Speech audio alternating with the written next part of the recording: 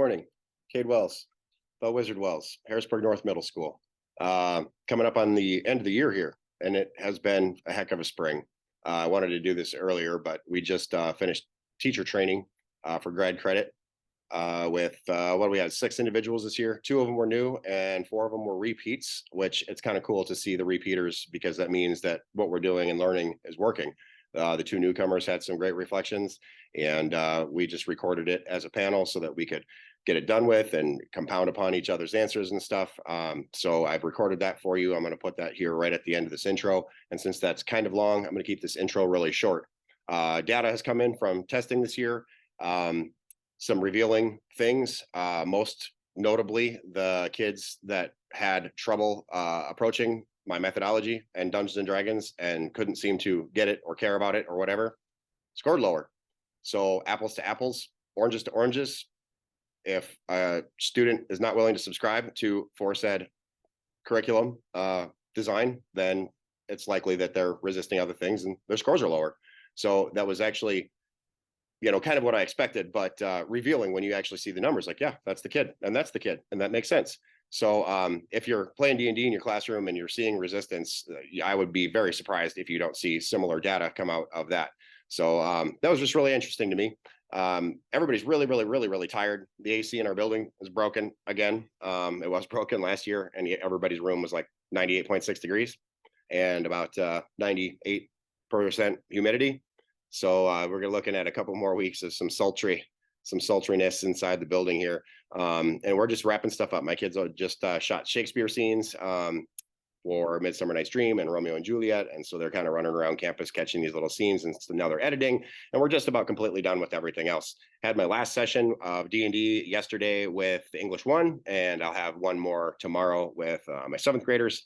And just had such a great time with the English 1 kids. And before we started, I just paused. They're all in their groups and everything's set up. And I said, I hope that I've created a space. And a lot of these kids I've had for 2 years. So they've been playing D&D and been part of my methodology for 2 years. So I wanted to kind of take the opportunity to say goodbye to them before we play our last game, even though we still have 2 weeks of school left.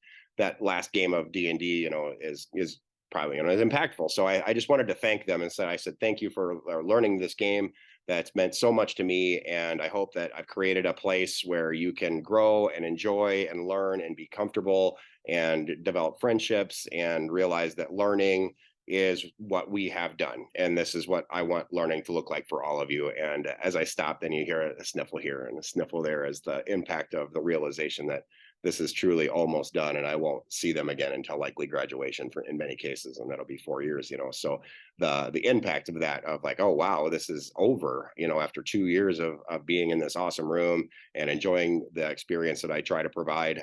It was cool to see my 8th graders resonate upon the fact that they know that it's going to be over, and I think that I really gave them something that they'll remember for the rest of their lives, and that's what we do, right? That's what we're supposed to do.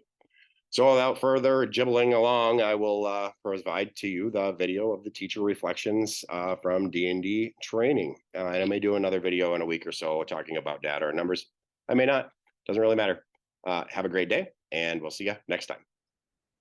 Okay, so we don't need to hear, not everybody needs to speak at every question here. Just reflect upon what seemed important, what mattered to you, and just give me your best instinct as a trained teacher. The reason I think this is cool is because as trained educators who don't have great D&D experience, with some exception with Mr. Howard, it's been really enlightening to see what teachers glean from this as trained educators, where I was the opposite. I learned how to play D&D and then became a teacher, where I realized the game I played as a kid was exactly what they were asking me to do to be a great teacher. And so I realized how D&D and being a teacher, especially being a dungeon master, as I'm sure you guys kind of realize. So that's what I really like about this. And so I'm just literally looking for your gut instinct reactions as trained educators. But we do have to start with introductions. I am Kade Wells, AKA the Wizard Wells, AKA the guy that facilitated this whole thing. We'll just go from left to right here on my screen. Go ahead, Megan, introduce yourself. I'm an English teacher at North Middle School, as are all of us at North Middle School, but I'm an advanced ELA teacher. Go ahead, Megan. And I am Megan Bott. I also, of course, teach at North, and I'm 7th grade ELA. Jonesy. Alex Jones, 6th grade English teacher. Just really enjoyed the opportunity again to be able to do this. Thanks a lot, Jonesy. Go ahead, Brett. I'm Brett Hughes. I work at Harrisburg North, just like everybody else, and I teach English and social studies. What grade, bud? 6th English, 7th social studies. Right on. Zach. Joanne Sackett. I teach 8th grade ELA here at North. Thank you very much. Howie, I think you're next. Kyler Howard. I teach 8th grade ELA at North. And Gina. Gina Nelson. I teach 6th, 7th, and 8th grade. Project Lead the Way. Okay. So we're going to start with the newcomers with Megan and Brett were the two that had never played D&D before. The rest of you were in the last development. So I'm going to get to you in a minute. Let's start with Miss Bott, if you don't mind. Miss Bott, can you tell me your initial reaction to character creation? In other words, what was your motivation to choose the class and the race that you chose? I think I chose what I most identified with and what I could play off of my own personality. Like I'm very soft and nice unless I feel the need to be like protective of myself or others. Would you And I articulate figured your that would be something I could tap into. Yeah. what was your character? So I was a sorcerer halfling stout, little Miss Cora. So sort of small in stature, but strong inside. Yes. Yeah. Small but mighty. So Did it take a long time to get to that decision? I mean, yes and no. Like I kind of figured I would tap into something that I can identify with, but then I also was like, but is it going to be a tricky character to play or, you know, that kind of thing. And I definitely realized that I could not have balanced someone like Brett's character with like turning into animals and caring about your human form and all that. I couldn't have done that. So I am happy I picked Cora. It was a good baseline to start with. So, Thanks a lot, Meg. Go ahead, Brett. What made you pick the druid?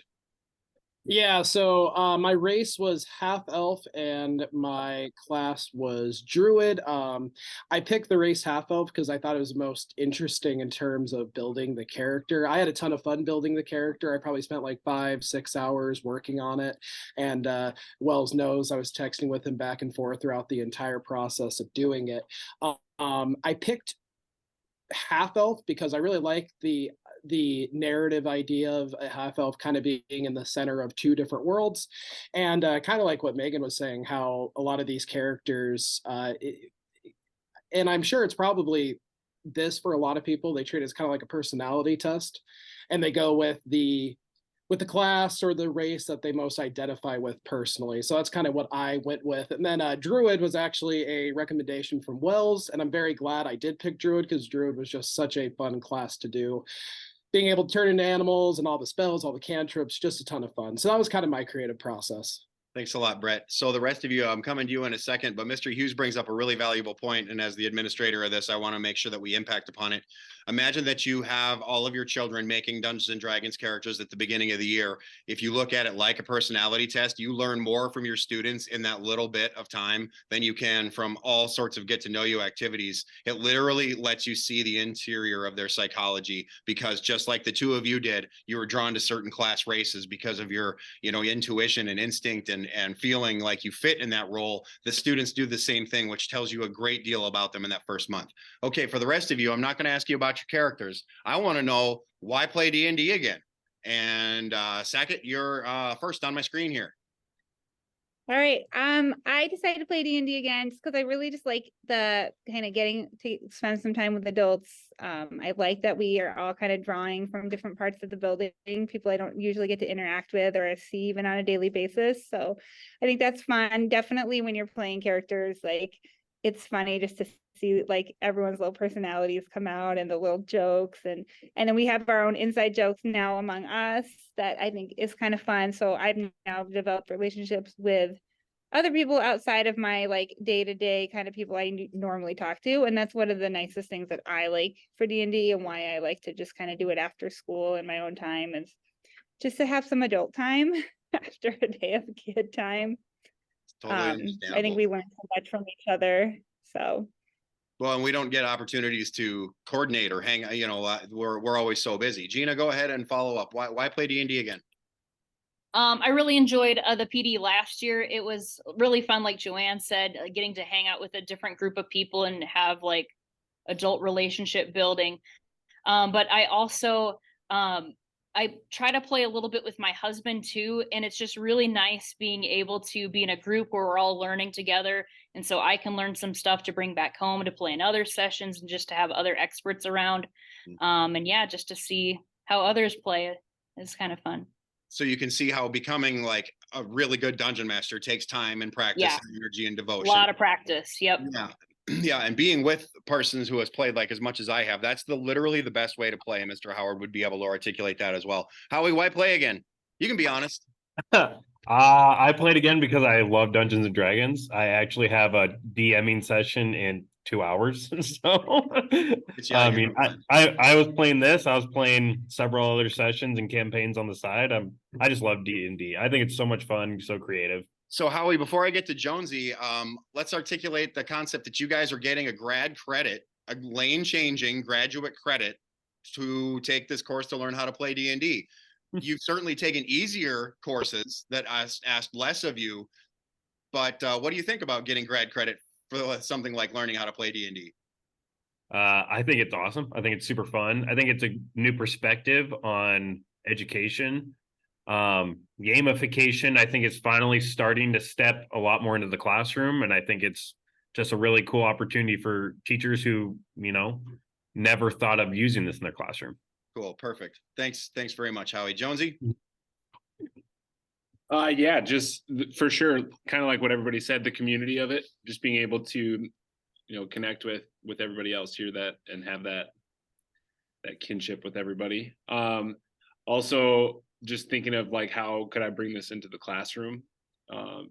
Especially with, like I teach 6th graders, and for a lot of kids that's kind of over their heads or maybe outside of their interest wheel, and just trying to figure out how to bring it in with my crew of kids and how that would work. So it's just kind of been a really good experience that way. So all of you have mentioned the culture building piece.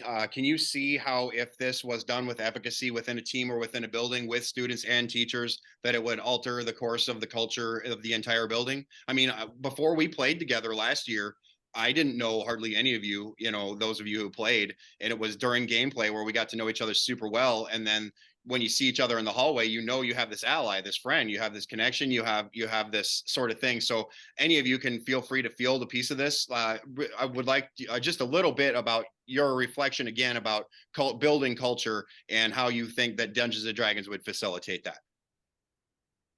I see it like I see so many kids come through my classroom with their like core group of friends, but also still trying to figure out who they are as people. So we even see some of they come in the beginning of the year with this core group of friends, and sometimes they stay a core group of friends, and sometimes they fall out with their group of friends. So there's this constant shift.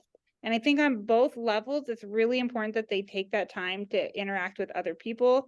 And they're in a way where they can act as other people. So they don't even have to be themselves. They can, oh no, I'm a cleric. I'm just acting as if I was a cleric. So there's like that layer of safety if you're not really sure of the group you're with. But I think this is such a crucial age where kids are so afraid to be themselves. They're so unsure of who they are. So they really just need that, like, it just gives them an opportunity to kind of be someone else for a moment, but then get to know other kids at the same time. Thanks very much, Joanne. Anybody else? Just a quick piece about culture building in a building. If so, we're all going to, a lot of us are going to East with Micah, and that gaming and D&D is going to be a thing for him. Do you think that is going to positively impact our school? Yeah, it gives. Oh, sorry. No, go ahead. Yeah, it gives students a common language to speak with each other about. Gives them a common interest, or at least something to talk about.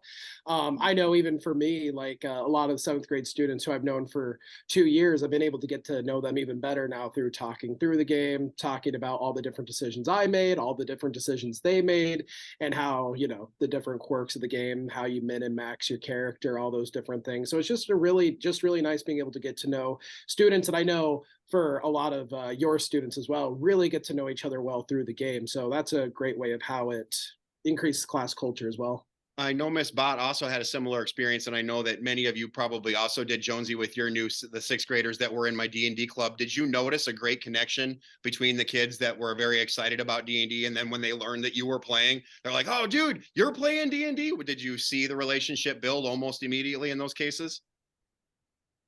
I Yeah, definitely did. Go Sorry. ahead, Megan. Go ahead, Megan. No, I was just gonna say, even like just a couple of my kiddos, like if they saw me with the book or whatever, oh, are you why do you have the D&D book? What are you doing? And they would offer their tips or sometimes judgment on the literature that I chose and that kind of thing. But it was kind of a nice bonding thing. Like if one of my students was having a tough day and I could tell they needed a little checkout from what we were currently doing, I would say, "Hey, how did D&D go last week? Did you get to use one of your spells or whatever?" So yeah, it was good relationship building. Go ahead, Jonesy. So I think, just looking at how it connects kids, and I thought, I've got a group of kids who maybe they struggled with connecting with other people and, didn't have a ton of friends or anything like that. And it brought them together. And now, that group kids are inseparable. They're just everywhere. That was the 4 that I'm thinking of, right? The 4 kids. Yeah. And man, they were awesome. I didn't know that they even didn't know each other. They were like, I mean, there's a pod for RPs. Let's jump in it. And they're going to be friends for the rest of their life. They really are, and you'd think they've been best friends forever. Like they are. It's really crazy. Yeah, I thought they were. It's really, really cool to see, and just how it's like built their confidence. Just having people that, they have some commonalities with and have established relationships with. They're just so much happier on a day-to-day basis. They seem like it too. And I also look at it a different way too. When you have sometimes something like this with with Dungeons and with Dragons and fantasy worlds and things like that. That can be a tough thing for people, especially in middle school, to openly do and like openly show interest in. And I just think of, you gave me like a simplified, like a little card battling game that, and we have board game days once in a while, and I brought that out. And, it took me playing it with a couple kids, and, maybe the kids that are the cool kids, or the kids who would normally not show or admit to anyone that they have an interest in something like this. They were all about it. And that's a fun game, by the way. It's called Dungeon Mayhem. It's a really easy, super fun card game. Yeah, I'm glad you liked that game, Jonesy. It was really fun, and it was really good to get sixth graders into, but just seeing how these kids who are so worried about what everybody else thinks, they didn't care. They were like, wow, this is really fun, and like this is awesome. And they got this like crew that just plays it in DS now. I was also incredibly surprised how fun that game was. I mean, we play it with all our nephews and stuff. Okay, educator time. Clearing the slate. As you continue to play, old timers, new timers, as you continue to play and learn more about the game, what were your educator ahas, your surprises, where you're like, oh, no wonder Wells does this? And I mean, you guys can field this how you want. It doesn't matter. I don't need to hear from everybody, but I'd like to know what your aha moment was. Like, yeah, of course Wells does this in his classroom. There are hundreds of those things. Jonesy, you're on the screen right now. What was your aha moment, especially after 2 years? I mean, for me, it's still just the challenge of it, like mentally, like your comprehension skills that have to come into this, and just how you there's so much to read in it. Like last year, I felt like I had a handle on it. And then all of a sudden this year, I'm a different character in class and all that stuff. And it's all new stuff to learn. And like just the problem solving that goes into every situation that we had to come at, because there's so many different angles that we could approach things from, and how we did that affected the outcome of the game. And so just all that kind of situational awareness and comprehension and things like that. It's like, wow, this is a lot more challenging than figuring out vocab words or something like that. So yes, it is. Anybody else referencing to the aha? Yeah, I would say the same for me. Like just that level of comprehension, like even as a 37-year-old, like going back and I'm like, I have read this passage or like this spell or like this certain feature so many times, and I was still getting like certain parts incorrect. And so, yeah, it takes an extremely high level of comprehension. And I think that's something that kids, are continuously needing to work on, and that reading for information and just being able to apply everything. So yeah, it's definitely in depth and really hitting those targeted skills that we're always trying to hit at school. Anybody else? Even just the ability to flip through the book and find what you need, or tab it, know how to use the index, know how things are laid out. Like those are all like really skills that aren't always taught in school, because we're trying to read the text for the information, but just that like soft skill of like all right, we'll pop back to the index then, and like, or, even tabbing it, like we use a lot of post-it notes to like, for me to mark it, or I know Gina organized it in a spreadsheet, like all of the, or slideshow, all of those different skill sets that lend like, okay, this is how I'm going to work it. That's how she's going to work it, are all skills that we don't always have time to teach in school, but are so crucial to being successful, We especially can look going at into them like college. as learning strategies, right? We would call them learning strategies or modalities, right? Like one of us uses the book, one of us tries to memorize it all, one of us uses a slideshow, but ultimately in life, we're using a combination of all of those things to help us succeed in some way or another, right? It just depends on the situation. Anybody else ahas from the new, how about the new guys? Yeah, I'll talk from a social studies perspective. So there's a lot of really great social studies vocabulary things, such as like different government types. I remember flipping through that and I was like, wow, these are really awesome definitions. These are better definitions than I would see in like a geography textbook or a government textbook in some respects. Definitions on religions, and of course there are different like religions that are in the context of the world of D&D, but they do a really good job of like explaining some of the different types of religions, be them like monotheistic, polytheistic, animism, that type of thing, which was really, really impressive and shocking. There's a lot of map skills to it as well. I know while we were playing, Wells would show us the different map for us, and that could easily be translated into some of the map skills that I focus on in 7th grade and so on and so forth. Would you mind so, yeah, sharing? really would you mind sharing the story you told me about using alignment the other day? Oh yeah. In class, we were talking about a character who grew up in a very in a situation of poverty, and crime was very, very common. A lot of the crime was just to try to survive from day to day. So I drew up the alignment chart on the board, and I just focused on the top, the lawful good, neutral good, and chaotic good. And I basically just explained it to them. So I said, hey, this character that we're reading about, he's a good person, but he's committing crime. So he would be in this chaotic good category. So that's another way that you can use D&D to easily communicate complex ideas to students. Yeah, the alignment thing with 9 of them being present, being able to attribute to every person's personality on the face of the planet, to me and my friends growing up, was always really neat, because we'd be able to identify a person's alignment in 2 minutes of meeting them. Megan, one last thing. Yes, sir. One last thing on the alignment. And then after that, then the kids are like, wait, give me an example of a lawful evil character, a chaotic evil, like they wanted examples for all of them. So it's kind of a rabbit hole. Just that matrix can inspire a lot of. There's some really great movie memes with like Darth Vader and all the Star Wars characters done by alignment, and all the Lord of the Rings characters done by alignment. Those are like really findable online. Darth Vader, by the way, is lawful evil, not chaotic evil, as many would assume. He runs by the Sith law. Megan, what was your aha? Well, I just had one with Brett, the alignment thing. That's actually really cool. You can use that for a lot of stories and everything. One thing I would say is just the perseverance factor of it. There is so much to learn, and it is embarrassing if you don't know something, or, know exactly how a spell works or whatever. And to just know that kids put the time and effort into that, I feel like is a skill that they desperately need this day and age. They're used to having information at their fingertips, Google, all that stuff, Alexa. And I think it's nice to see them like digging into a book and putting the care and effort into it. And I think that's definitely something we need to tap into more in education, that soft skill. So you folks that have learned for the first time, I want you to imagine that this is very similar to being an EL student in a class. Does that make sense? Mm-hmm. Like you're like, you have all this information that it seems like everybody else knows, or at least has some familiarity with. And here you are from scratch, and that's how an EL feels in class. Having taught in Houston for so long, this is one of the things that I use D&D for, was language acquisition, and the speaking, listening, reading, writing circle of communication really, really, really helps them. All right, we're going to get you guys out of here as soon as possible. I would like your favorite moment from the campaign. What was the favorite fun moment, and what makes this sort of moment better than a video game as you see it? Because we're trying to instill tabletop, face-to-face communication, verbal linguistic skills, not headset, which is still verbal linguistic, but it's not face-to-face. And we know that has to get fixed, because humans are not going to be able to talk to each other. It's our job as teachers to help kids communicate and connect. So what for you was the most memorable and fun moment? And if you want to answer the second part of the question, why was that different than it would have been in a video game? Dibs this question first. All right.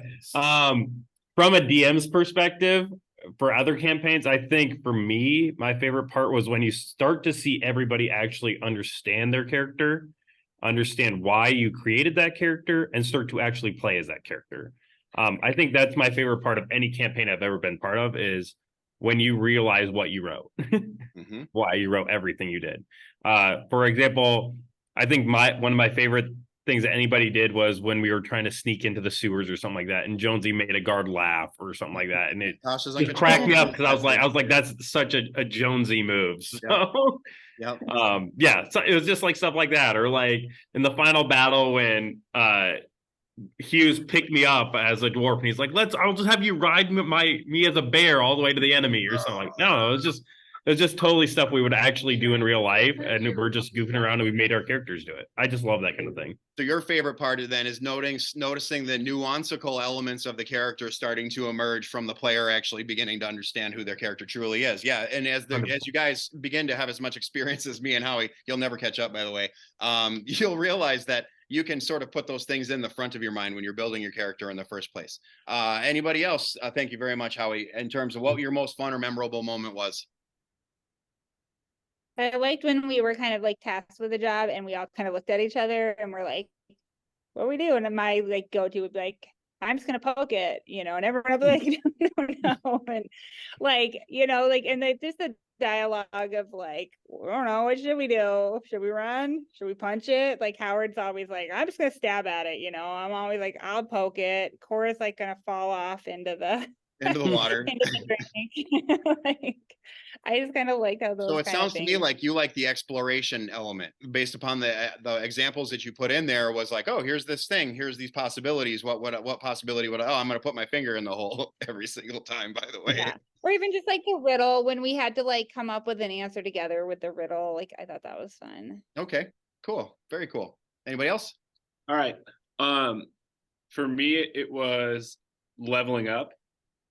I think that was always really fun, especially from the point of view of a spellcaster, because I was always adding so much variance into my character and just like thinking about what we could possibly use down the line and things like that, and just like then seeing it pay off a few days later with whatever situation came about. That to me was really psychologically as a student, you could see how learning how to play a spellcaster properly could help them prepare for their own life by looking forward into a future, knowing how to use the tools that they have at their disposal, right? That's a really great reflection, Jonesy. Anything else?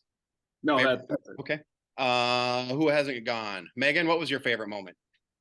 I think it's been kind of brushed on a little bit, but just when everyone was strategizing like different ways to attack an enemy. I liked all the different personalities, and Lynch was always drunk and ready to attack, and then it was so sad when he and Brett weren't able to do that final takedown of that character. It was going to be so epic because the Ranger and then I was going to say Sackett's poking everything with her finger.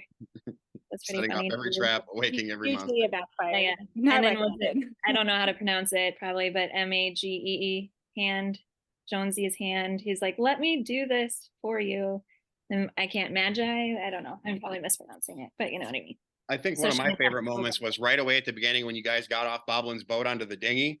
And it was so tense as you were going through the little rocky terrain. And then like half of you fell in the water. And it was the first time anybody had been hurt in the campaign, right? And a shark crests out of the water with Cora in its mouth, and you could see all your guys' sincere reactions, like, "Oh crap, we gotta sink!"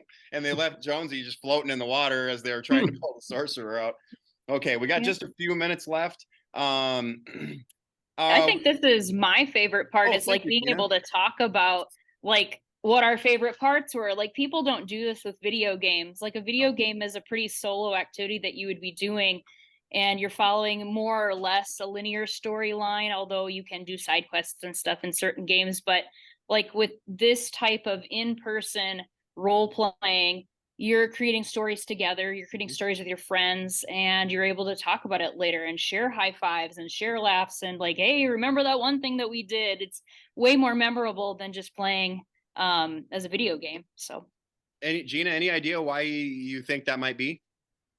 I know the research, I'll tell you, but I was wondering if you might know. Yeah, I mean, doing something, like actually doing and performing things stick out more in your memory. And when you have a collaborative experience, that's going to be more memorable. You got it exactly. What it does is it actually imprints in our brain as if it was an experience that had been had. I've been playing D&D with my friends, and how we'd be able to articulate this as well. I've been playing D&D with my friends for 33 years now. When we talk about a past campaign, it is almost literally in our brain as if we were standing in that location doing the thing with our friends who were X character, X character, X character, X character, which changes every time we play. But that memory does imprint in our brain psychologically as something that actually happened. But in order for that to happen for us, every player has to subscribe. Without subscription, you don't get that effect. With just a few minutes left, thank you, Gina. I nearly looked because you weren't on my screen at the time. I will throw it out to the mix. Like, any general reflections? Will you miss D&D, and do you think you'll play again? I'm going to play again. I think so. Probably in an hour and 45 minutes. Thanks, Howie. Thank you. Yeah, probably this weekend. Are you playing at home? I have like the Yeah, at home. perspective, having had a kid that's had you as a teacher, obviously, I can see the impact specifically for my own child, and that he's brought it home. So we play at home. He sets up campaigns, and so I will definitely be playing again. Cool. Jones, are you gonna play with us again? Definitely. Love it. It's fun. It's great having the community and just, hoping to get it into the classroom. We're going to start playing around with Scheduler a little bit and see what we can do with Scheduler to maybe make scheduling D&D a little more possible at the class level. And I'm going to need your guys' help for that. But that's something that's really exciting for me. If we can have 90-minute chunks and set that up on like a Friday and have, just make it really effective to have your, 10 kids in that class or whatever we can do. I'm excited for that. Megan, do you think you'll play D&D again? It'll be easier next time. I was gonna say, yeah, no, I definitely like to. I think it'd just be nicer next time going in with some experience and hopefully not taking another grad course at the same time would be helpful. No, that's my own fault for doing that license renewal this year. But yeah, I think that'd be a lot easier not having 80 things going on at once. Well, and you took a spellcaster initially as your first, you and Brett both did. I was like, I knew you're being educated people. I knew you were going to be fine, but I also knew the amount of work and understanding that it was going to take for it to like click. And, you realize it's more work than you probably originally thought it would be. So I know that this PD course that you guys took is actually more work than any other book study that we would have to do. You read the book, you show up for 15 minutes before school, you talk about it a little bit, you write a paper at the end. Most of us are English teachers. I can write a paper in literally about 15 minutes. So that being the case, and you guys still being willing to play this again as PD, I think is a real great testament to what the game is. I'm very aware of how much work it is to make characters, prepare characters, show up every day, on Wednesdays to play, and then doing a reflection like this, leveling up. I'm aware of how much work that is, and it's way more work than a normal book study. So your guys' willingness to come back and do it again for PD tells me that it's something worth doing, not just here, but everywhere. And that's kind of why I've started doing this. Any last statements, as we've got 2 minutes and 30 seconds left before I can say goodbye? I'm looking for any last comments that you have, anything you want to say, as long as it's appropriate. Yeah. You say how it's a lot of work, and it definitely is a lot of work, but it's not like it's fun work. When I was making my character, writing my head to toe description, all those different things, it was a lot of fun, and I wanted to do well in it. Like, it was just really fun. And yeah, so I mean, even though it's a lot of work, it doesn't really feel like work, which is the best kind of work. A lot of kids have mentioned that in the past. Thanks a lot, Brett. Everybody kind of agree with the sentiment. It's a lot of work, but it's like, once you get it, you kind of get it. Now, the cool thing is the synaptic path, which I'm sure I've told you guys about, where the theoretical and the concrete part of the brain and our students especially are really dormant. The Dungeons and Dragons gameplay makes that from a minimum maintenance road into a super highway in time. So like, Jonesy, I'm sure you noticed this year from last year, your understanding probably quantified, right? Like to the second power, I would say.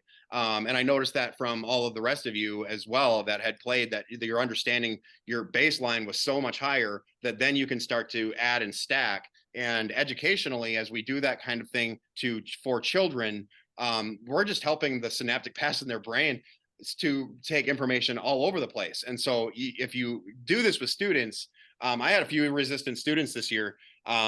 that just were just not about it, and that's fine, it happens, but those students scored much lower than all of their peers. Okay, so like apples to apples, here it is, like you didn't want to play, you were soggy about it, you were rude, you were apathetic. I'm putting that grade in the book, first of all. Second of all, you know, your scores show your apathy, and if you're apathetic towards gameplay in class, chances are good you're apathetic about other things as well.